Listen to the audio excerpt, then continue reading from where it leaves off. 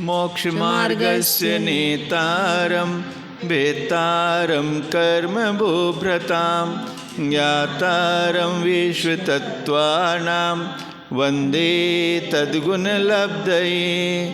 श्रीवर्धमानमाध्याय घाति संघातघातनं विद्यास्पदं प्रवक्ष्यामि तत्वार्थश्लोकवार्तिकम्।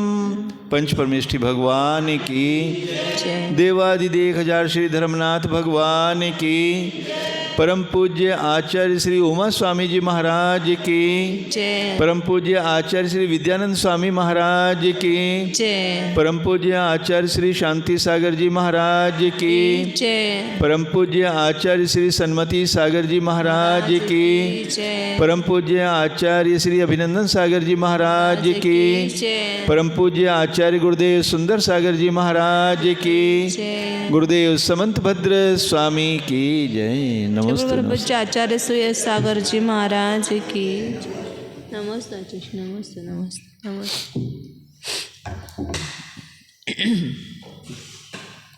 Page number 133 है, नहीं 131 है। इसमें वर्णन चल रहा था कि जो प्रमाण को सिद्ध नहीं मानते हैं, असिद्ध मानते हैं या प्रमाण को मानते ही नहीं है, उनको कहा कि प्रमाण भी है। प्रमेय के को प्रमाण के द्वारा जानते हैं, तो प्रमाण का यहाँ पर शून्यवादी आदिकों के लिए सिद्ध किया। अब यहाँ पर और एक दो पैराग्राफ है, फिर वो प्रकरण समाप्त होगा। नहीं स्वसंवेदनवत् अभ्यास दशायां स्वतः सिद्धेन प्रमाणेन प्रमेयस्य स्वयं असिद्धस्य साधनम अनुरुध्यमानैः अनभ्यास दशायां स्वयं असिद्धस्य तद अपाकर्तुं युक्तम सिद्धेन असिद्धस्य साधन उपपत्तेः। जैसे अन्य बौद्ध वगैरह हैं, स्वसंवेदन ज्ञान को स्वतः सिद्ध मानते हैं। स्वसंवेदन ज्ञान मतलब जो ज्ञान स्वयं को जानता है, वो स्वसंवेदन ज्ञान है, वो स्वयं को जानता है। वैसे अभ्यास दशा में स्वतः सिद्ध ऐसे प्रमाण के द्वारा जो असिद्ध ऐसा प्रमेय, मतलब प्रमेय मतलब विषय, उस असिद्ध ऐसे प्रमेय का साधन आपको स्वीकार करते हो। अनुरुध्यमान मतलब स्वीकार करना, उसको अंगीकार करना। तो उसको मानने वाले आपके द्वारा अनभ्यास दशा में अपरिचित दशा में जो स्वयं असिद्धस्य, जो प्रमाण स्वयं असिद्ध है, उसको दूसरे के द्वारा सिद्ध करना, मानना, उसको दूर करना योग्य नहीं है। वो मानते ना, मतलब अनभ्यास दशा में एक प्रमाण दूसरे प्रमाण को जानेगा तो फिर वो अनवस्था दोष आता है या परस्पर आश्रय दोष आता है, ऐसा दिखाया था उन्होंने। मतलब पहले प्रमाण की सिद्धि के लिए आप दूसरा प्रमाण बोलेंगे तो अनवस्था दोष आएगा। तो एक प्रमाण की सिद्धि के लिए दूसरे प्रमाण की जरूरत नहीं है। तो इसलिए अनभ्यास दशा में जो परता कहते हैं वो ठीक नहीं है, ऐसा कहते हैं। उसका उत्तर दे रहे हैं कि उस समय प्रमाण अप्रसिद्ध है अनभ्यास दशा में, इसलिए दूसरे प्रमाण से उसकी सिद्धि मानने में क्या दोष है। जैसे प्रमेय वस्तु असिद्ध है तो उसको प्रमाण के द्वारा सिद्ध करते हो, ऐसे अनभ्यास दशा में जो प्रमाण है, ज्ञान है, उसकी प्रमाणता ही असिद्ध है। तो उसकी प्रमाणता सिद्ध करने के लिए दूसरा प्रमाण यदि का अवलंबन करते हैं तो उसमें क्या गलत है, तो उसको दूर करना योग्य नहीं है। मतलब अनभ्यास दशा में इस प्रमाण की सिद्धि के लिए दूसरे प्रमाण का अवलंबन करने का निषेध करना योग्य नहीं है। न युक्तम, न पहले का युक्तम की तरफ लगाना, न तद अपाकर्तुम युक्तम, उसको दूर करना योग्य नहीं है। क्योंकि सिद्धे न असिद्ध से साधन उपपत्ति है। हमेशा जो वस्तु सिद्ध है उसके द्वारा जो असिद्ध वस्तु है उसको सिद्ध करने की को युक्ति सहित माना है। जो वस्तु अप्रसिद्ध है उसको प्रसिद्ध के द्वारा सिद्ध करना ये कोई इसमें दोष नहीं है। अप्रसिद्ध वस्तु की प्रसिद्ध वस्तु के द्वारा सिद्धि की जाती है। जैसे कल कहा था ना कि जो अपने को कोई घर अप्रसिद्ध है तो प्रसिद्ध ऐसे दूसरे चिन्ह के द्वारा उसको सिद्ध किया जाता है। उस दवाखाने के पास उनका मकान है तो दवाखाना प्रसिद्ध है सभी को, तो उसके पास जो घर है वो प्रसिद्ध है। तो प्रसिद्ध के द्वारा जैसे प्रमाण जो है अनभ्यास दशा में वो स्वतः सिद्ध नहीं, अप्रसिद्ध है, तो फिर दूसरे प्रमाण के द्वारा उसको सिद्ध किया जा सकता है। तो इसलिए अनभ्यास दशा में प्रामाण्य की ज्ञप्ति परता होती है, इसमें कोई दोष नहीं है। ततः सूक्तम संति प्रमाणान इष्ट साधनात् इति। प्रमाणानि इष्ट साधनात् इति।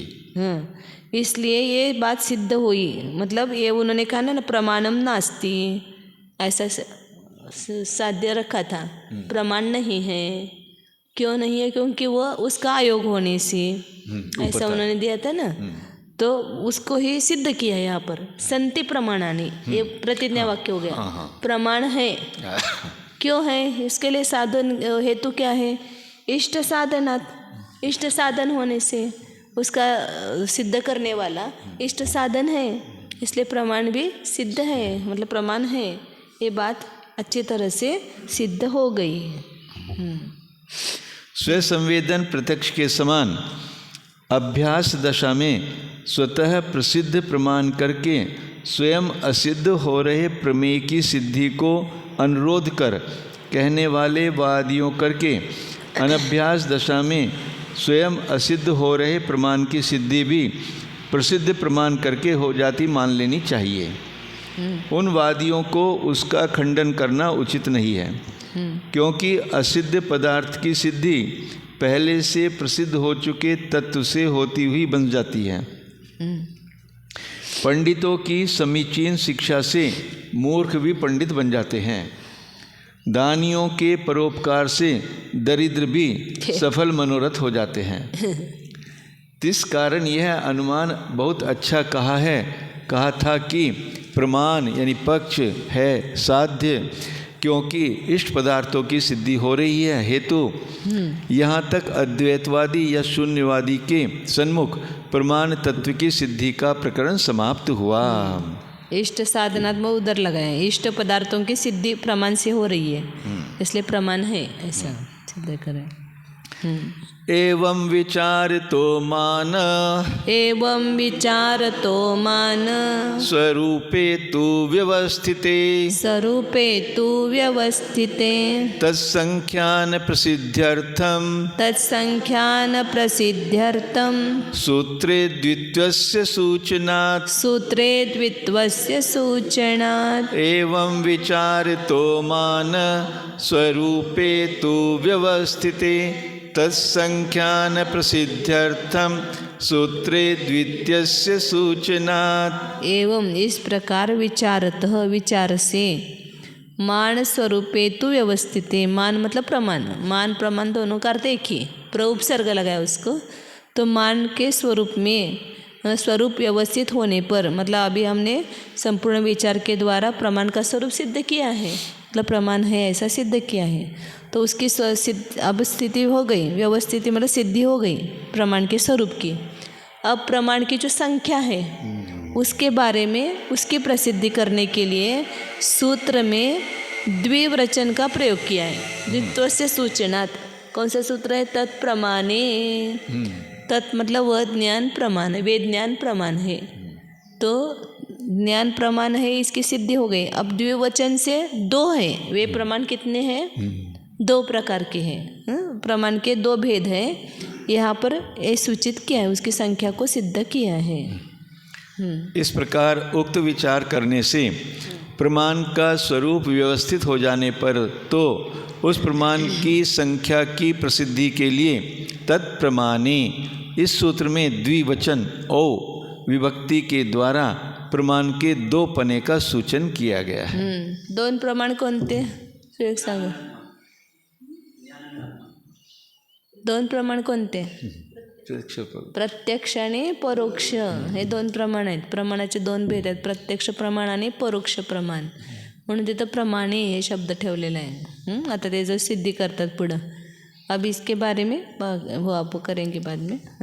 तत्प्रमाणे इति ही द्वितीय निर्देशः संख्या अंतर अवधारण निराकरणाय युक्तः कर्तुम तत्र विप्रतिपत्तेः। द्विवचन क्यों रखा है? तो द्वित्व का निर्देश जो किया है वो दूसरे संख्याओं के अवधारण का निराकरण करने के लिए करना योग्य ही है। मतलब प्रमाण का एक भेद नहीं, दो होते हुए भी वो दो भेद नहीं है, तीन नहीं है, चार नहीं है, पाँच नहीं है।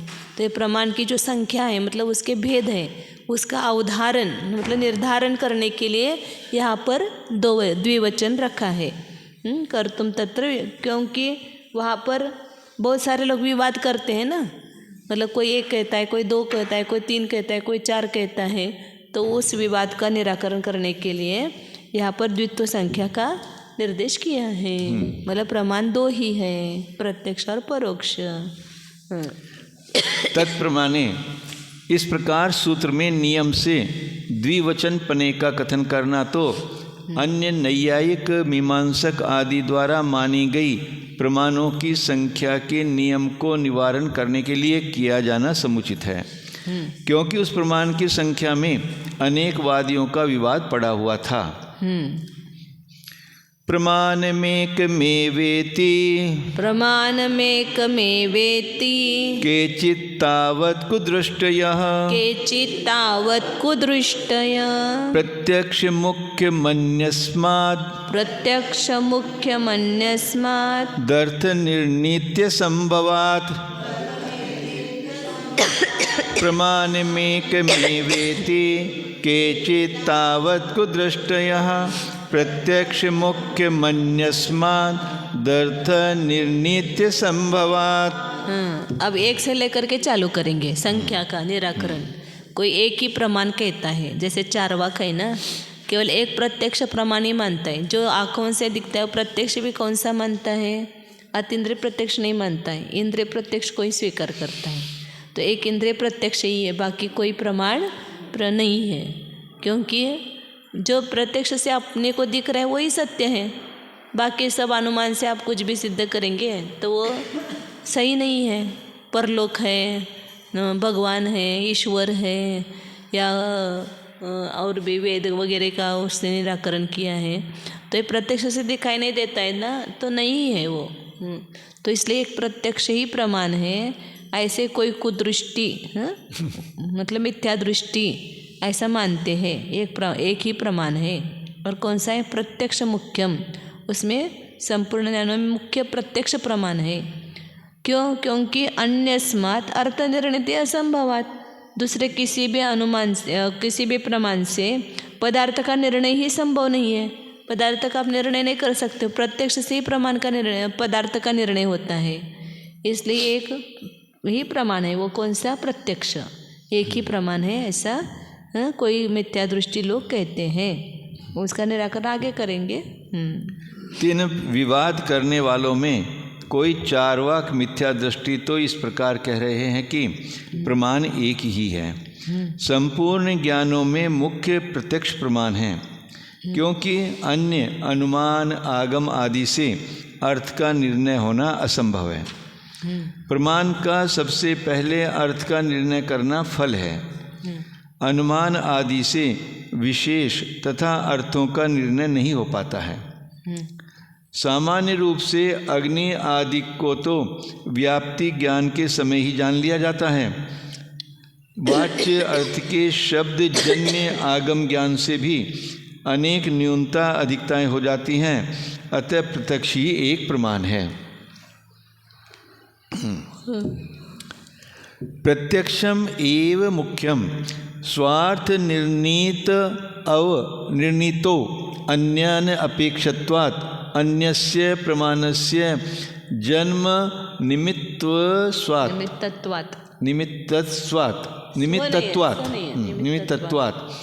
न पुनः अग्नि नहीं अनुमानादि नहीं है, लेकिन अनुमा शब्द भी प्रयोग करते होंगे। अनुमा जैसे प्रमा करते हैं ना, ऐसे अनुमादि ऐसा में कह सकते हैं। पुनः अनुमा आदि तो अनुमान आदि भी हो सकता है। अनुमा आदि तस्य प्रत्यक्ष अपेक्षत्वात् प्रत्यक्ष जनन अनिमित्त तत्वाच्च गौणतः उपपत्ति न च गौणम प्रमाणम अति प्रसंगात। वो कहता है, उसका कहना पहले पूर्व पक्ष रखते हैं ना, उसका निराकरण करने के लिए उसका पक्ष भी मालूम होना चाहिए पहले, तो उसकी सिद्धि करते पूर्व पक्ष की। प्रत्यक्षम एवं मुख्यम, प्रत्यक्ष ही मुख्य प्रमाण है, ये प्रतिज्ञा हो गई उसकी। क्यों? उसके लिए वो दो हेतु देता है, प्रत्यक्ष ही प्रमाण है।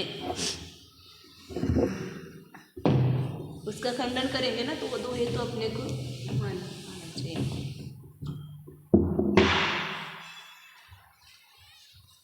प्रतिज्ञा ये कौन कहता है? चार्वाक।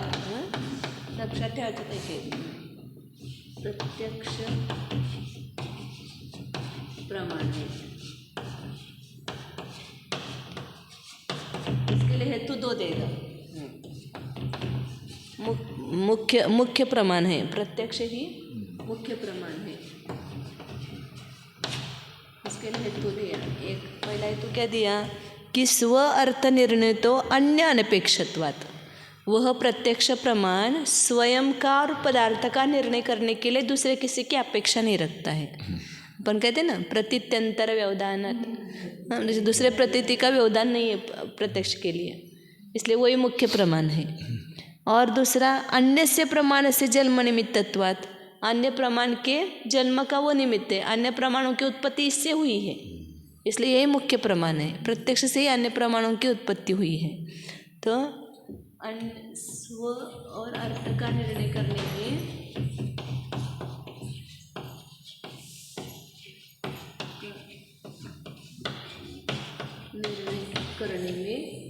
दूसरे की अपेक्षा नहीं है।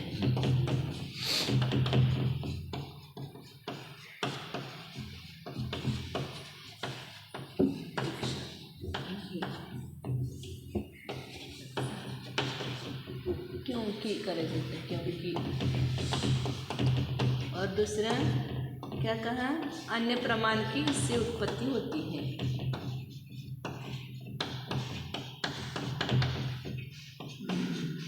उत्पत्ति का कारण है।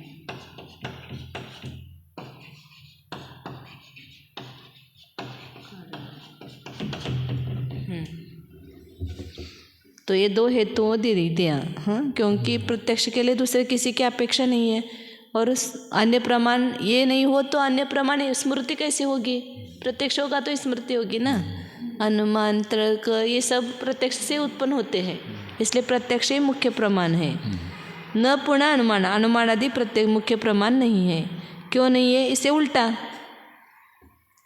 उल्टा है। तो यहाँ पर क्या रखेंगे? अनुमान आदि प्रमाण नहीं है, मुख्य प्रमाण नहीं है। क्यों? क्योंकि वे स्व और अर्थ का निर्णय करने में प्रत्यक्ष की अपेक्षा रखते हैं, प्रत्यक्ष की अपेक्षा से होते हैं। और प्रत्यक्ष जनन निमित्तत्वात्, प्रत्यक्ष उनको उत्पन्न करता है, लेकिन इससे प्रत्यक्ष की उत्पत्ति नहीं होती है। प्रत्यक्ष से अनुमान आदि की उत्पत्ति होती है, लेकिन अनुमान से प्रत्यक्ष की उत्पत्ति नहीं होती है। प्रत्यक्ष की उनको अपेक्षा रहती है, इसलिए वो मुख्य प्रमाण नहीं है। क्योंकि अनुमान प्रत्यक्ष के बिना नहीं हो सकता है। आपने इसको देखा ही नहीं, हेतु को, साधन को, तो साध्य का ज्ञान हो सकता है क्या? साधन का ज्ञान होगा प्रत्यक्ष से, तो फिर उससे साध्य की सिद्धि होगी, तो वो अनुमान उत्पन्न होगा। तो या तर्क के बिना, इसके बिना अनुमान की उत्पत्ति नहीं होती है। इसलिए प्रत्यक्ष की अपेक्षा होने से और प्रत्यक्ष को उत्पन्न करने में निमित्त न होने से इनको गौणतापपत्ति है, गौणपना प्राप्त होता है अनुमान आदि को। और नच गौणम प्रमाणम, और जो गौण होता है वो प्रमाण नहीं है। अति प्रसंगत, गौण को भी प्रमाण मानने लगेंगे तो क्या होगा? कोई कुछ भी करेगा तो उसको भी प्रमाण मानना पड़ेगा, इसलिए अति प्रसंग दोष आएगा। ततः प्रत्यक्षम एकम एव प्रमाणम अगौणत्वात् प्रमाणस्य इति केचित्। इसलिए प्रत्यक्ष ही एक प्रमाण है, क्योंकि वह अगौण, कभी गौण नहीं होता है, मुख्य ही है, इसलिए वो ही प्रत्यक्ष एक ही प्रमाण है, ऐसा कोई लोग कहते हैं। प्रत्यक्ष ही प्रमाण है क्योंकि अपने और अर्थ के निर्णय करने में उसको अन्य की अपेक्षा नहीं है। दूसरा हेतु यह है कि प्रत्यक्ष ही अन्य अनुमान आदि प्रमाणों के जन्म का निमित्त है। अतः प्रत्यक्ष ही मुख्य प्रमाण है, फिर अनुमान उपमान आदि ज्ञान मुख्य नहीं है। वो कहते हैं ना कि जैसे अभी आपने आंखों से देखा कि अमुक वस्तु है, तो उसको सिद्ध करने के लिए दूसरे प्रमाण की आवश्यकता रहती है क्या? हात कांगणं आरसा क्यों असं बोलते ना, हाताच्या कांगणाला स्पष्ट दिसा लागलं ना, याला बघायला काय पण आरसा पाहिजे का? उसके हिंदी में क्या बोलते हैं? हाथ कंगन को आरसी क्या, पढ़े लिखो को फारसी क्या। फारसी मतलब आरसी माने दर्पण, नहीं फारसी, फारसी माने फारसी भाषा। भाषा। हाँ, जो पढ़ा लिखा उसे फारसी भाषा पढ़ने में क्या है, पढ़ ही लेगा वो तो। अच्छा, उसको आती है। तो ऐसे यहाँ पर वो चारवा का कहना है, जो प्रत्यक्ष है उसके लिए किसी अन्य की अपेक्षा ही नहीं है, वो तो अब स्वतः ही सिद्ध हो जाता है। लेकिन और अन्य जो अनुमानादिक है वो उसको प्रत्यक्ष की अपेक्षा रहती है, इसलिए वे प्रमाण नहीं है। क्योंकि उनको प्रत्यक्ष की अपेक्षा होने के कारण तथा प्रत्यक्ष के जन्म का निमित्तपना नहीं होने के कारण गौणपना प्रसिद्ध हो रहा है। अनुमान उपमान आदि को। हाँ, किंतु गौण पदार्थ तो प्रमाण नहीं होता है, क्योंकि यो तो अति प्रसंग हो जाएगा। यानी चक्षु, उपनेत्र, चश्मा आदि, लेखनी, शब्द, सादृश्य आदि जड़ भी प्रमाण बन बैठेंगे। इस कारण एक प्रत्यक्ष ही प्रमाण है। संपूर्ण विषयों की व्यवस्था करने वाला प्रमाण पदार्थ तो अगौण होना चाहिए। इस प्रकार कोई बृहस्पति मत के अनुगामी चारवाक कह रहे हैं। तब आचार्य कहते हैं कि तेषां तत् किम स्वतः सिद्धम प्रत्यक्षांतरतोपि वा स्वस्य सर्वस्य चेत्येतत् भवेत् पर्यनुयोजनम्। तेषां तत् किं स्वतः सिद्धं प्रत्यक्षांतरतोपि वा स्वस्य सर्वस्य चेत्येतत् भवेत् पर्यनुयोजनम्। अब आचार्य उनको चारवाक को प्रश्न कर रहे हैं। एक प्रत्यक्ष ही प्रमाण ऐसा कह रहे हैं, दूसरे कोई प्रमाण नहीं है। तो तेषाम उन ऐसा कहने वालों के मत में क्या तत्किम स्वतः सिद्धम, वह प्रत्यक्ष क्या स्वतः सिद्ध है? प्रत्यक्षांतर तो पिवा स्वस्य सर्वस्य, स्वयं का प्रत्यक्ष या सभी का प्रत्यक्ष। अपने को भी जो प्रत्यक्ष हो रहा है ना, भूतकाल में हमें जो प्रत्यक्ष हुए हैं, अभी हो रहे हैं या आगे होंगे, या अन्य सभी जीवों को जो प्रत्यक्ष हो रहे हैं, वे क्या स्वतः सिद्ध है क्या? उसको सिद्ध करने के लिए भी दूसरे प्रमाण की आवश्यकता रहेगी ना। अभी जैसे पीछे प्रत्यक्ष हुआ, उसको जानने के लिए अपने को स्मृति की अपेक्षा है। पीछे जो प्रत्यक्ष हुए, दूसरों को जो प्रत्यक्ष हो रहा है ना, अनुमान से जान रहे, तो अन्य प्रमाणों से उस प्रत्यक्ष की सिद्धि होगी ना। तो इसलिए आचार्य उनको ऐसा प्रश्न कर रहे, ये पर्यनुयोजनम भवेत्, ऐसा उनको प्रश्न होता है कि जो स्वयं को हुए प्रत्यक्ष या दूसरों को हुए सब प्रत्यक्ष जो है, क्या स्वतः सिद्ध हो रहे हैं कि प्रत्यक्षांतरत या दूसरे प्रत्यक्ष से सिद्ध हो रहे हैं?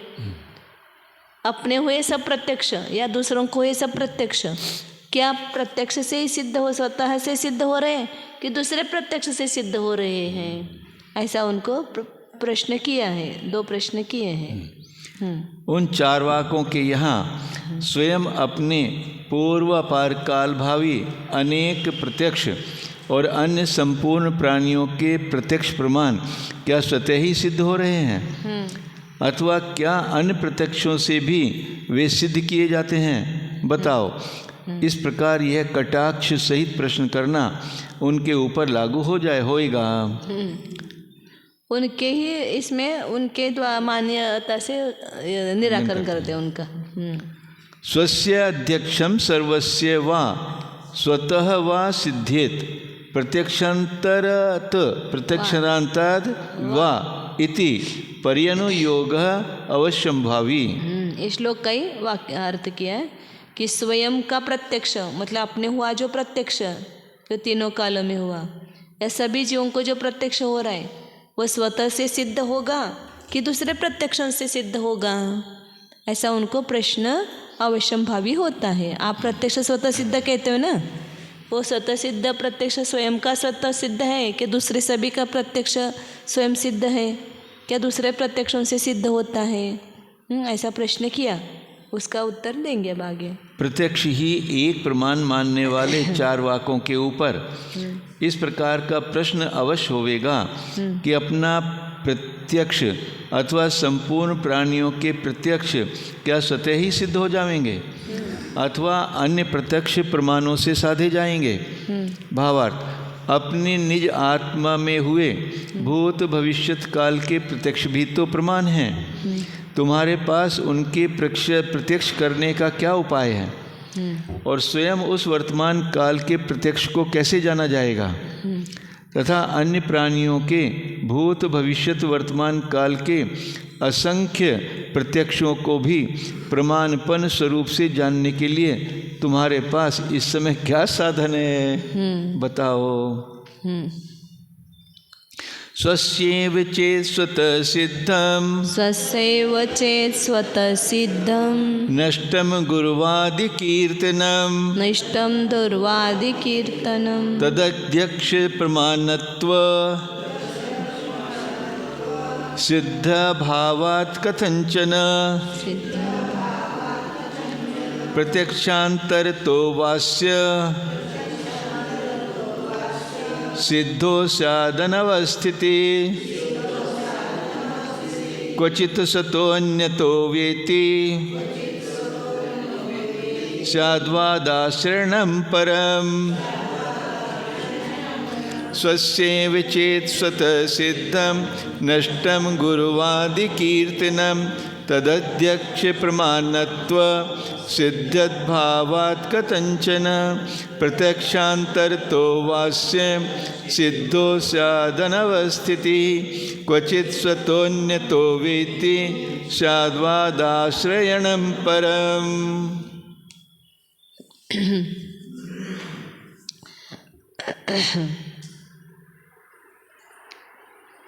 स्वस्य एव चेत स्वतः सिद्धम, अपना जो प्रत्यक्ष है वो ही स्वतः सिद्ध है।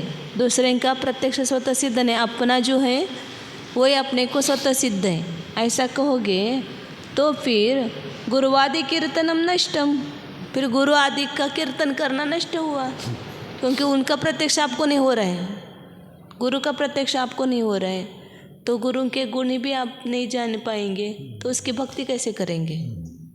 दूसरों का प्रत्यक्ष नहीं हो रहा है, स्वयं का ही प्रत्यक्ष सिद्ध हो रहा है, तो या पूर्व में जो गुरु हो गए उनकी हम अभी स्तुति करते नहीं करते हाँ 24 तीर्थंकर हुए, जो आदि कुंद आचार्य आदि गुरु हुए, अभी अपने को प्रत्यक्ष नहीं है, तो फिर उनकी स्तुति कैसे करना हो जाएगा? वो सब नष्ट हो जाएगा। प्रत्यक्ष दूसरों का नहीं मानेंगे तो। और तद अध्यक्ष प्रमाणत्व सिद्धि अभावात, क्योंकि उस गुरु आदि का प्रत्यक्ष प्रमाण से सिद्धि का अभाव होने से आप उसका कीर्तन कैसे कर पाओगे? प्रत्यक्षांतरत्वा से सिद्ध हो और दूसरे प्रत्यक्ष से इसकी सिद्धि होगी ऐसा कहोगे तो अनवस्थिति, पुनः अनवस्था दोष आएगा। एक प्रत्यक्ष से उसकी सिद्धि तो दूसरे उस पहले प्रत्यक्ष से दूसरे प्रत्यक्ष की सिद्धि होगी, तो पुनः उसमें दूसरे प्रत्यक्ष मानने पड़ेंगे। क्वचित स्वतः अन्यतवा, कहीं पर स्वतः ही उसकी सिद्धि होती है और कहीं पर अन्य से होती है, ऐसा कहोगे तो फिर स्याद्वाद का आश्रय लेना पड़ेगा, आपको स्याद्वाद मानना पड़ेगा। सब प्रत्यक्ष स्वतः ही सिद्ध है ऐसा एकांत नहीं बैठता है, दूसरे प्रत्यक्षों से भी उसकी सिद्धि होती है, ये बात सिद्ध हो जाएगी। तो कोई प्रत्यक्ष स्वतः सिद्ध है, कोई प्रत्यक्ष दूसरे प्रत्यक्ष सिद्ध है, इस प्रकार स्याद्वाद मानना पड़ेगा आपको। यदि अपने ही प्रत्यक्षों की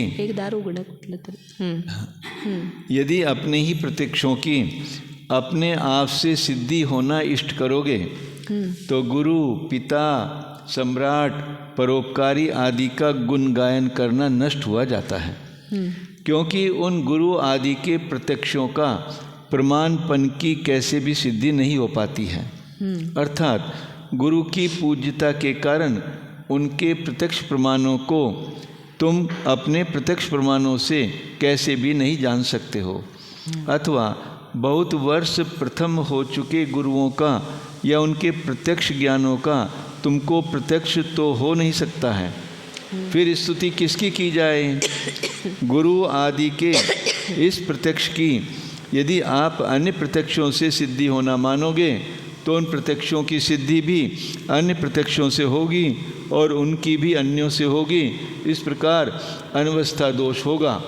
अज्ञात पदार्थ तो किसी का ज्ञापक नहीं होता है, कहीं स्वतः और कहीं अन्य प्रत्यक्षों से यदि प्रत्यक्ष ज्ञानों की सिद्धि होना मानोगे, इस प्रकार तो स्याद्वा सिद्धांत का आश्रय लेना ही बढ़िया पड़ा।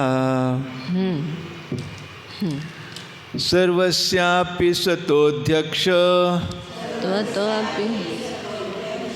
प्रमाणमिति चेन्मतिः केनावगम्यतामेतद् दध्यक्षाद्योगी विद्विषाम्। सर्वस्यापि सतोऽध्यक्ष प्रमाणमिति चेन्मति केनावगम्यतामेतद् दध्यक्षाद्योगी विद्विषाम्। वो यदि आप बौद्ध ऐसा कहे, चार्वाक ऐसा कहता है कि सर्वस्यापि स्वतः अध्यक्ष प्रमाणम, सभी को अपना अपना प्रत्यक्ष हो रहा है, सभी जीवों को, सभी प्रत्यक्षों को अपने आप ही प्रत्यक्ष हो रहा है। इति चेन्मति, ऐसी तेरी बुद्धि है। तो आचार्य उसको पूछते हैं कि योगी विद्विषाम, योगी का द्वेष करने वाले, सर्वज्ञ तो मानते नहीं हो आप, उससे तो द्वेष है आपको। कोई योगी सर्वज्ञ भगवान कुछ भी मानते नहीं है, तो योगी का द्वेष करने वाले आपको अद्य प्रत्यक्ष से केन अवगम्यता, किसके द्वारा ये जाना जाएगा? मतलब सभी जीवों को अपना अपना प्रत्यक्ष होता है, अपना अपना प्रत्यक्ष स्वतः सिद्ध होता है। ये बात कौन जानेगा? सभी जीवों को जो जानेगा वो जानेगा ना। सभी जीवों को, संपूर्ण जीवों को सभी प्रत्यक्ष अपने आप ही होते हैं। ऐसा ये कौन कौन प्रसिद्ध करेगा? जिसको सभी जीवों का ज्ञान होगा वही कर सकेगा ना। तो आप तो सर्वज्ञ मानते नहीं है, फिर सभी को अपना अपना प्रत्यक्ष होता है, स्वतः होता है, ये कैसे बात जानोगे? इस प्रकार उनको उल्टा प्रश्न किया है। यदि चारवाकों का यह मंतव्य होए कि संपूर्ण जीवों के सभी प्रत्यक्षों को स्वयं अपने आप ही से प्रत्यक्ष होकर प्रमाणपना प्रसिद्ध हो रहा है, तब तो हम पूछेंगे कि संपूर्ण प्राणियों को अपने अपने प्रत्यक्षों का स्वयं प्रत्यक्ष प्रमाण हो रहा है, यह किसके द्वारा जाना जाए? इस बात का हमको निर्णय भला कैसे हो सकता है? बताओ। प्रत्यक्ष प्रमाण से संपूर्ण पदार्थों का एक ही समय में अवलोकन करने वाले केवल ज्ञानी योगियों से विशेष उद्देश्य करने वाले चारवाकों के यहाँ यह निर्णय कैसे भी नहीं हो सकता है कि सबके प्रत्यक्ष अपने अपने स्वरूप में प्रत्यक्ष करते हुए प्रत्यक्षपने से व्यवस्थित हैं। किंतु यह जानना तो आवश्यक है, जो अन्यों के प्रत्यक्षों को नहीं मानना चाहता है वह अकेले स्वयं को और अपने वर्तमान काल के प्रत्यक्षों को ही जीवित देखना चाहता है, किंतु उसके चाहने से अन्य प्राणियों का और उनके प्रत्यक्षों का प्रलय नहीं माना जा सकता है। अन्यथा स्वयं उसके भूत भविष्यत काल के हो चुके और होने वाले प्रत्यक्षों की क्या दशा होगी? प्रमाणांतर तो ज्ञाने नैक मान व्यवस्थिति अप्रमाणात् गताविव प्रत्यक्षं किमुपोष्यते। प्रमाणांतर तो ज्ञाने नैक मान व्यवस्थिति अप्रमाणात् गताविव प्रत्यक्षम किमुपोष्यते। यदि वो कहेंगे, आपत्ति देखा है ना कि आप सभी का प्रत्यक्ष कैसे कर पाओगे, क्योंकि आपने तो सर्वज्ञ को माना ही नहीं है। तो पुनः वो कहता है कि नहीं, प्रमाणांतरत ज्ञानी, दूसरे प्रमाण से सभी के प्रत्यक्ष का ज्ञान हो जाएगा। सभी जीवों को प्रत्यक्ष प्रमाण होता है, ये ज्ञान दूसरे प्रमाण से जानेंगे हम, अनुमान से जानेंगे या अन्य किसी प्रमाण से जानेंगे। ऐसा कहते तो न एक मान व्यवस्थिति, एक प्रमाण की सिद्धि नहीं होती है। यदि फिर आप एक ही प्रमाण मानते हो ना, तो दूसरा प्रमाण स्वीकार कर लिया सभी के प्रत्यक्ष को जानने के लिए, तो फिर एक प्रमाण की कहाँ सिद्धि हुई? अप्रमाणात गतो एव, क्योंकि अप्रमाण से आपने जो प्रमाण नहीं माना तो अप्रमाण हो गए ना। फिर अप्रमाण से ज्ञान मानने पर केवल प्रत्यक्ष प्रमाण का पोषण क्यों किया जाता है? अप्रमाण ज्ञान से भी आप सब प्रत्यक्षों की सिद्धि कर रहे हैं, तो फिर एक प्रत्यक्ष ही प्रमाण है आपका, कहाँ सिद्ध हो गया? उसका ही क्यों पोषण कर रहे हैं फिर? तो दूसरे भी प्रमाण मानो, फिर स्वीकार करो। अन्य प्रमाणों से यदि संपूर्ण प्राणियों के प्रत्यक्षों का ज्ञान होना इष्ट करोगे तो चारवाकों के यहाँ एक ही प्रत्यक्ष प्रमाण मानने की व्यवस्था नहीं हो सकी। अन्यों के प्रत्यक्ष प्रमाणों को जानने के लिए अनुमान आगम की भी शरण लेनी पड़ी।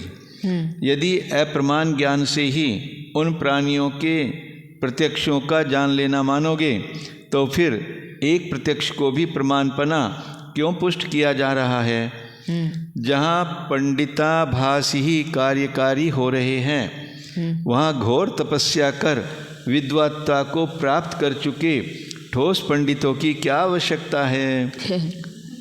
मिथ्या ज्ञानों से ही पदार्थों की ज्ञप्ति मानने पर एक प्रत्यक्ष को भी प्रमाण मानने का व्यर्थ बोझ क्यों लादा जाता है?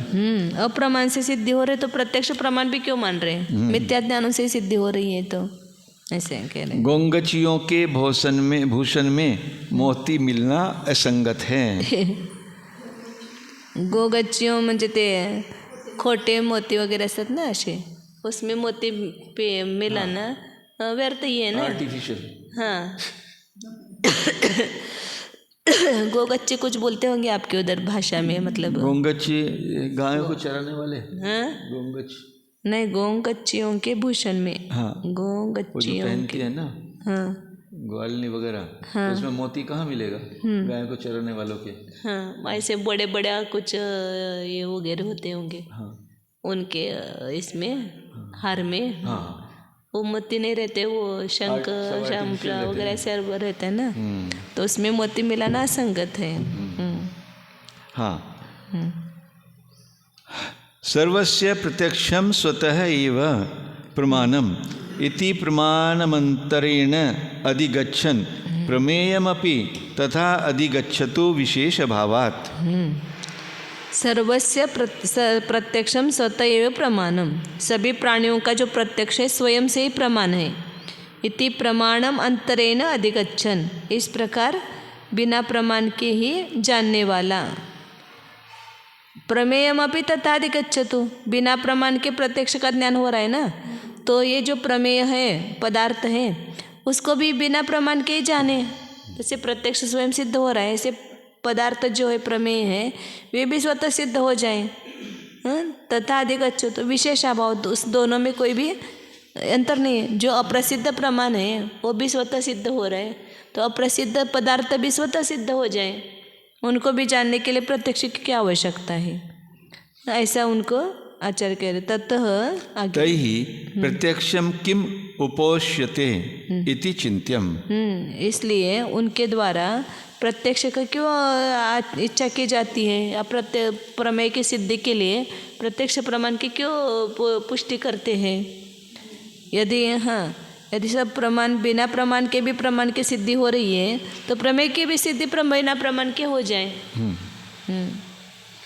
सभी प्राणियों के प्रत्यक्ष स्वयं अपने आप ही से प्रत्यक्ष प्रमाण रूप निर्णीत हो रहे हैं। इस सिद्धांत को प्रमाण के बिना ही अधिकम कर रहा चारवाकवादी घटपट आदि प्रमेयों को भी इसी प्रकार प्रमाण के बिना ही जान लो, दोनों प्रकार के नेयों में कोई विशेषता नहीं है। मतलब प्रमाण भी एक नेय हो गया, प्रमेय भी एक नेय, जानने योग्य। प्रमाण भी जानने योग्य है।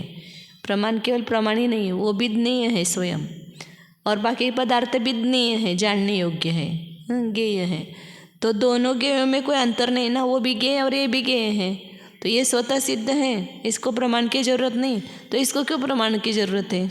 ये भी स्वतः सिद्ध हो जाए ऐसा। तो फिर 3-4 वाक्यों करके प्रत्यक्ष भी प्रमाण क्यों पुष्ट किया जा रहा है? इस बात का आप स्वयं कुछ काल तक चिंतन कीजिए, तब उत्तर देना। अर्थात इसका उत्तर तुम नहीं दे सकोगे, सदा चिंता में ही डूबे रहोगे।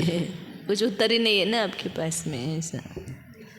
हाँ, स्वतः एकांत करते तो ऐसा होता है। प्रत्यक्ष अनुमानम च प्रत्यक्षमनुमानं च प्रमाणे इति केचन प्रमाणे इति केचन तेषामपि कुतो व्याप्तिः तेषामपि कुतो व्याप्ति सिद्धेन्मानान्तराद् विना सिद्धेन्मानान्तराद् विना प्रत्यक्षमनुमानं च प्रमाणे इति केचन तेषामपि कुतो व्याप्ति सिद्धेन्मानान्तराद् विना।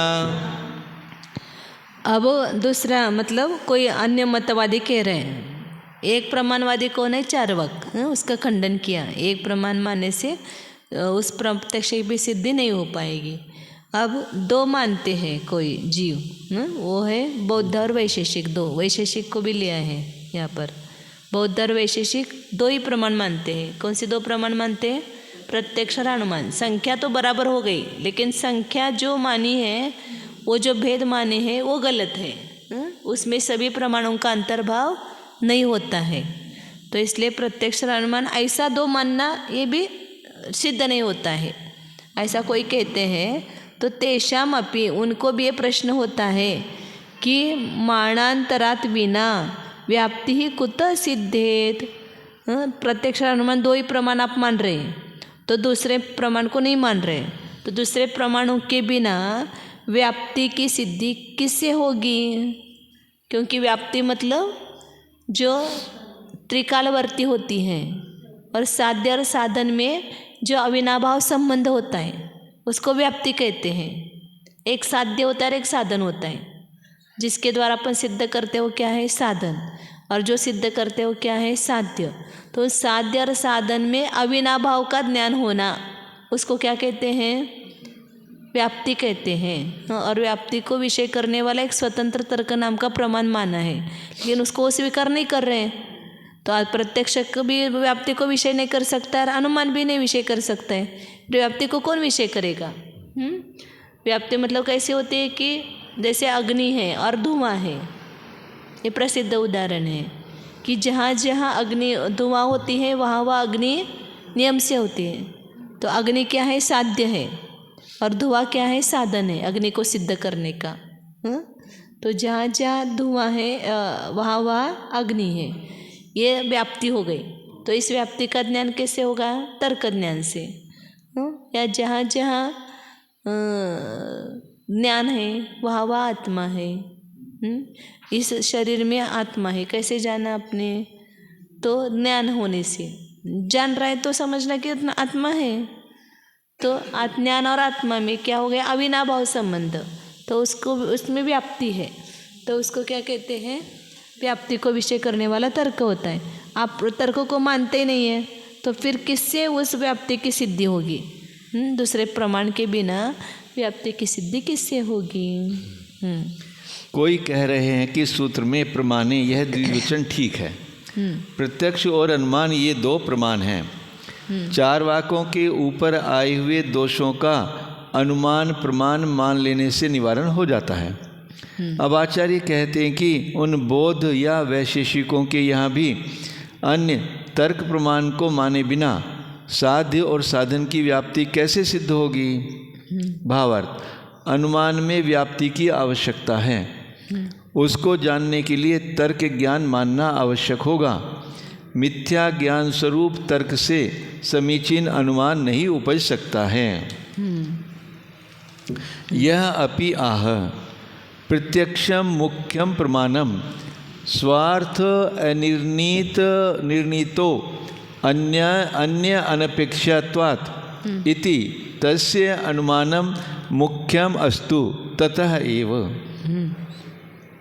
इसलिए जो कहता है क्या प्रत्यक्ष ही मुख्य प्रमाण है, अपने और पदार्थ का निर्णय करने में अन्य की अपेक्षा न होने से, इति तस्य अनुमानम मुख्यम अस्तु तत एव, उसको अनुमान भी मुख्य प्रमाण होवे, क्योंकि उसी कारण से मतलब स्व और पदार्थ का निर्णय करने में अन्य की अपेक्षा नहीं करता है, इसलिए ऐसा कोई कहता है। नहीं तस्याम अन्य अनपेक्षम, वह अनुमान जो है वह उसमें मतलब अपने और स्वार्थ का निर्णय करने में अन्य की अपेक्षा नहीं रखता है। स्वोत्पत्तौ तद अन्य अपेक्षम इति चेत प्रत्यक्षम अपि तत्स्वनिमित्तम अक्ष आदिकम अपेक्षते न पुनः प्रमाणम अन्यत इति चेत तथा अनुमानम अपि। अब उनको वो जो प्रत्यक्षवादी है ना, वो उसको ये दे रहा है दोष कि स्व उत्पत्तो तद अपेक्षम, अनुमान जो है अन्य की अपेक्षा कैसे नहीं रखता है, उसको तो अपनी उत्पत्ति होने में दूसरे की अपेक्षा रहती है। ऐसे तो तुम कहोगे तो प्रत्यक्ष भी तो स्वनिमित्त को क्या अपेक्षा रखता है, प्रत्यक्ष क्या निरपेक्ष है क्या, उसको भी इंद्रिय प्रकाश इत्यादि अन्य निमित्त की अपेक्षा रहती है ना, तो वह भी स्वनिमित्तम अक्षादिकम अपेक्षते, उस प्रत्यक्ष में निमित्तभूत जो इंद्रियादिक है उसकी अपेक्षा करता है प्रत्यक्ष प्रमाण। न पुनः प्रमाणम अन्यत, दूसरा प्रमाण नहीं है। इति चेत तथा अनुमानम अपि, ऐसा कोई कहता है तो तथा उसी प्रकार अनुमान भी है, मतलब अनुमान अन्य की अपेक्षा नहीं रखता, ऐसा करना पड़ेगा क्या। प्रत्यक्षमपि स्वनिमित्तम अक्षादिकम अपेक्षते न पुनः प्रमाणम अन्यत इति चेत नहि तत्त्रिरूप लिंग निश्चयम हेतुम अपेक्ष्य जायमानम अन्यत प्रमाणम अपेक्षते। मतलब अनुमान भी जो है अपने स्वनिमित्त की अपेक्षा करता है, अन्य प्रमाण की अपेक्षा नहीं करता है। मतलब उन्होंने ऊपर का बताया था ना, अपनी उत्पत्ति में उसको अन्य की अपेक्षा रहती है अनुमान को, इसलिए फिर प्रत्यक्ष भी अपने स्वनिमित्त क्या इंद्रियादि की अपेक्षा करता है, अन्य प्रमाण की अपेक्षा नहीं करता है। तो इसी प्रकार अनुमान भी है, अनुमान भी अपनी उत्पत्ति में अन्य की अपेक्षा करता है, दूसरे अपने जानने के लिए अन्य किसी की अपेक्षा नहीं करता है, ऐसा कहोगे। नहीं तत्त्रिरूपलिंग निश्चयम स्वहेतुम अपेक्ष जायमानम अन्यत प्रमाण अपेक्षते। त्रिरूप जो लिंग है, म्हणजे उस बौद्ध मानते हैं ना, पक्ष धर्मत्व सपक्ष सत्वर विपक्षात व्यावृत्ति, वो अपना पक्ष रख रहे हैं ना वो बौद्ध। तो त्रिरूप लिंग का जो निर्णय होना, माने उस साधन में त्रिरूपता है, तीन धर्म है, ऐसा निश्चय हो जो है वह स्वहेतु अपेक्ष जायमानम, अपने कारण की अपेक्षा करके उत्पन्न होने वाला, अन्य प्रमाण की अपेक्षा नहीं करता है। अनुमान कैसे उत्पन्न होता है, अपने त्रिरूप लिंग का निश्चय जो है उस हेतु की अपेक्षा करके उत्पन्न होता है, अन्य प्रमाण की अपेक्षा नहीं करता है। तो साधन की अपेक्षा से उत्पन्न होता है अनुमान, अन्य किसी प्रमाण की अपेक्षा नहीं करता है, ऐसा वो कह रहे हैं। यत्तु तत्त्रिरूप लिंगग्राही प्रमाणम तद अनुमान उत्पत्ति कारणम एव न भवति, लिंग परिच्छित्तौ एव चरितार्थत्वात्। जो त्रिरूप लिंग को ग्रहण करने वाला प्रमाण मतलब अनुमान प्रमाण है, वह अनुमान उत्पत्ति का कारण में एवं न भवति, कारण ही नहीं है।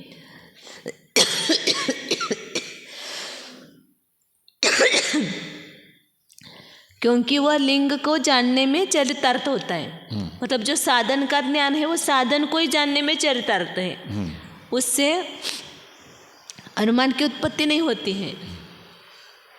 ऐसा कह रहे ना। त्रिरूप लिंग ग्राही प्रमाणम, त्रिरूप के लिंग को ग्रहण करने वाला जो प्रमाण है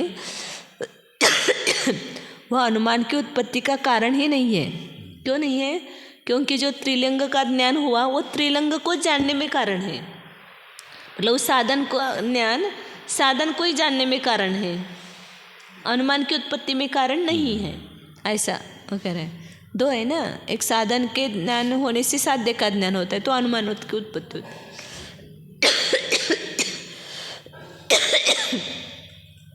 तो वो वैशेषिक ही उस चारवाक को उत्तर दे रहे हैं कि हमारा जो अनुमान है वो उत्पत्ति में पर की अपेक्षा रखता है, वो जानने में पर की अपेक्षा नहीं रखता है। तो फिर त्रिरूप लिंग को जानने की अपेक्षा रहती है ना। तो त्रिलिंग का जो ज्ञान हुआ वो उसका साधन का ज्ञान उस साधन के ज्ञान से ही हुआ है। उस साधन का जो ज्ञान है वह अनुमान उत्पत्ति में कारण ही नहीं है। वो तो अपने को स्वयं को जानने में कारण है, ऐसा करें। साधन का ज्ञान साधन को जानने में कारण है, वो अनुमान की उत्पत्ति में कारण नहीं है। प्रत्यक्ष और अनुमान दो प्रमाणों को मानने वाले वैशेषिक और बौद्ध, वैशेषिक या बौद्ध कुछ देर तक अपना सिद्धांत पुष्ट कर रहे हैं कि जो भी चारवाकवादी यूँ कह रहा है कि प्रत्यक्ष ज्ञान ही अकेला मुख्य प्रमाण है, क्योंकि प्रत्यक्ष को स्वयं और अर्थ के निर्णय करने में अन्य ज्ञानों की अपेक्षा नहीं है, उस चारवाक के यहाँ अनुमान प्रमाण भी किसी ही कारण यानी स्वयं और अर्थ के निर्णय करने में अन्य की अपेक्षा न पड़ने के कारण मुख्य प्रमाण हो जाओ। वह अनुमान उस स्वयं और अर्थ के निर्णय करने में अन्य की अपेक्षा नहीं रखता है। जो आपने हेतु दिया ना वो अनुमान में भी घटित होता है, ऐसा वो बौद्ध उस चारवाक को समझा रहे हैं। यदि कोई यूँ कहे कि वह अनुमान अपनी उत्पत्ति में तो अन्य हेतु व्याप्ति ज्ञान पक्ष वृत्तिता आदि की अपेक्षा रखता है, ऐसा कहने पर तो हम बौद्ध वाक्य पूरा होने दो। यदि कोई यो कहे कि वह अनुमान अपनी उत्पत्ति में तो अन्य हेतु व्याप्ति ज्ञान पक्षवृत्तिता आदि को अपेक्षा रखता है। आप अनुमान की उत्पत्ति अन्य कारण के बिना हेतु के बिना नहीं होगी, व्याप्ति ज्ञान के बिना नहीं होगी, पक्ष में रहना रूप जो है धर्म है उसके बिना नहीं होती, उसकी वो अनुमान की उत्पत्ति होने में तो ये कारण है, ऐसा मानते हैं। ऐसा कहने पर तो हम बौद्ध कहेंगे कि यूँ तो प्रत्यक्ष भी अपनी उत्पत्ति में अन्य कारणों की अपेक्षा रखता है। अनुमान ही क्या, प्रत्यक्ष प्रमाण भी क्या स्वयं से होता है क्या? उसके लिए भी अन्य कारणों की अपेक्षा रहती ही है। हाँ, प्रत्यक्ष के उत्पन्न हो जाने पर स्वार्थ के निर्णय करने में वह अन्य की अपेक्षा नहीं रखता है। इंद्रिय प्रकाश आदि की अपेक्षा से प्रत्यक्ष ज्ञान उत्पन्न हुआ तो प्रत्यक्ष ज्ञान की उत्पत्ति में ये कारण हो गए। प्रत्यक्ष को जानने में, प्रत्यक्ष का जो विषय उसका निर्णय करने में अन्य ज्ञान कारण नहीं है। तैसा अनुमान भी तो है।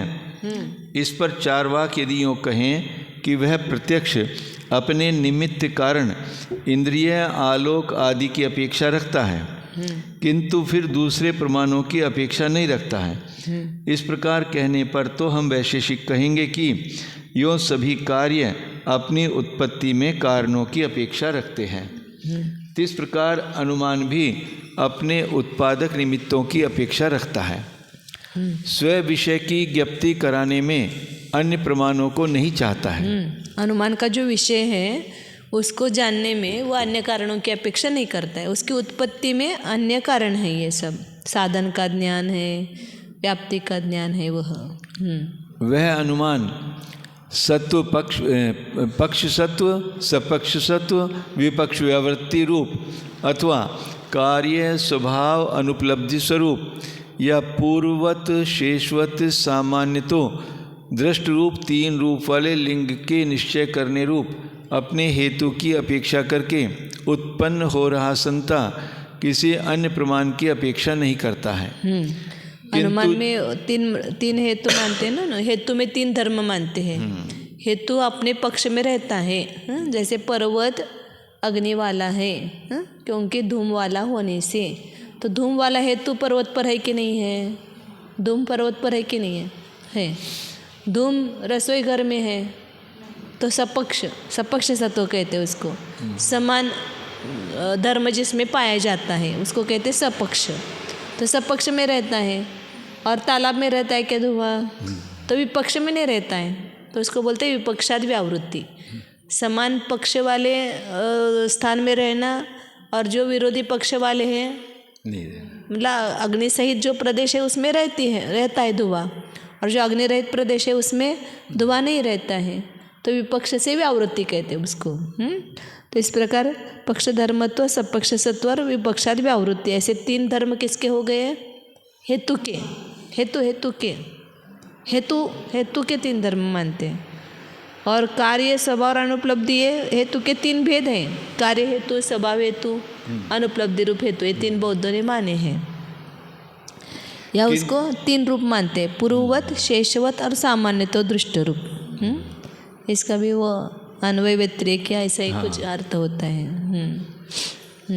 किंतु जो 3 स्वरूप वाले हेतु को जानने वाले प्रमाण हैं वह तो अनुमान की उत्पत्ति का कारण ही नहीं होता है, क्योंकि व्याप्ति युक्त हेतु के जानने में ही वह लिंग ज्ञान कृतकृत्य हो रहा है। अतः स्वयं अर्थों को जानने में प्रत्यक्ष के समान अनुमान भी स्वतंत्र है। अतः अपने प्रमेय की ज्ञप्ति करने में वह भी मुख्य प्रमाण है। सूर्य की गति, वट्ठापन, बड़ापन आदि में झूठा ज्ञान कराने के कारण प्रत्यक्ष का न्याय अनुमान प्रमाण के न्यायालय में होता है और प्रत्यक्ष ज्ञान को बाधित होना पड़ता है। अपने भूत भविष्यत के प्रत्यक्षों और अन्य प्राणियों के प्रत्यक्षों का छद्मस्तों का ज्ञान होना अनुमान से ही साध्य कार्य है। सूर्य की गति, बड़ापन आदि में झूठा ज्ञान कराने में कारण प्रत्यक्ष का न्याय। मतलब सूर्य ने गमन किया यहाँ से वहाँ, तो कैसे जानेंगे? अनुमान से जान रहे ना, वह तो यहाँ था अब वहाँ गया, तो गमन किए बिना नहीं जा सकता है। तो सूर्य की गति प्रत्यक्ष से दिखाई दी क्या? लेकिन अनुमान से आपने जान ली ना उसको, या उसका बड़ापना आदि का जो ज्ञान है तो ये सब किससे सिद्ध होगा? अनुमान प्रमाण के द्वारा सिद्ध होता है और प्रत्यक्ष ज्ञान को बाधित होना पड़ता है।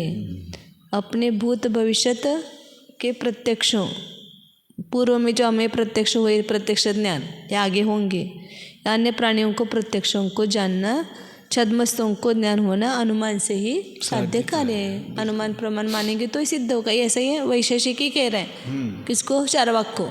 खाली एक प्रत्यक्ष मानने से काम नहीं चलेगा। जैसा प्रत्यक्ष प्रमाण स्वतः सिद्ध है, ऐसे अनुमान भी स्वतः सिद्ध प्रमाण है। उससे कार्य, उसकी सिद्धि होती है। इस प्रकार 2 प्रमाण मानते हैं।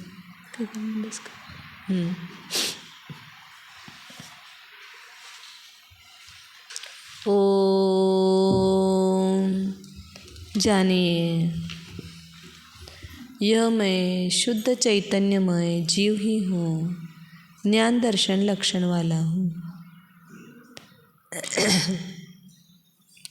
यह मैं प्रमाण स्वरूप पदार्थ हूँ, मैं जानने वाला पदार्थ हूँ, जान ही रहा हूँ। यहाँ पर जो कुछ क्रिया हो रही है, जानन क्रिया हो रही है, वो मुझ में हो रही है। अन्य जो भी क्रिया हो रही है, हाथ हिलाना, पैर हिलाना, बोलना, ये क्रिया मुझ में नहीं है। ये क्रिया जड़ में हो, पुद्गल में हो रही है। तो मैं 2 क्रियाओं का एक साथ करता नहीं हो सकता हूँ।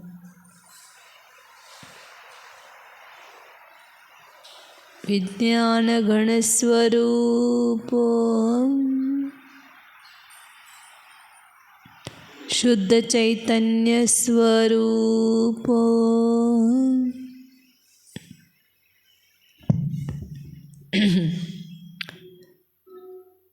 स्वतः सिद्ध स्वरूप अनादि सिद्ध स्वरूप शुद्धोऽहम् एकोऽहम् ध्रुवोऽहम् ॐ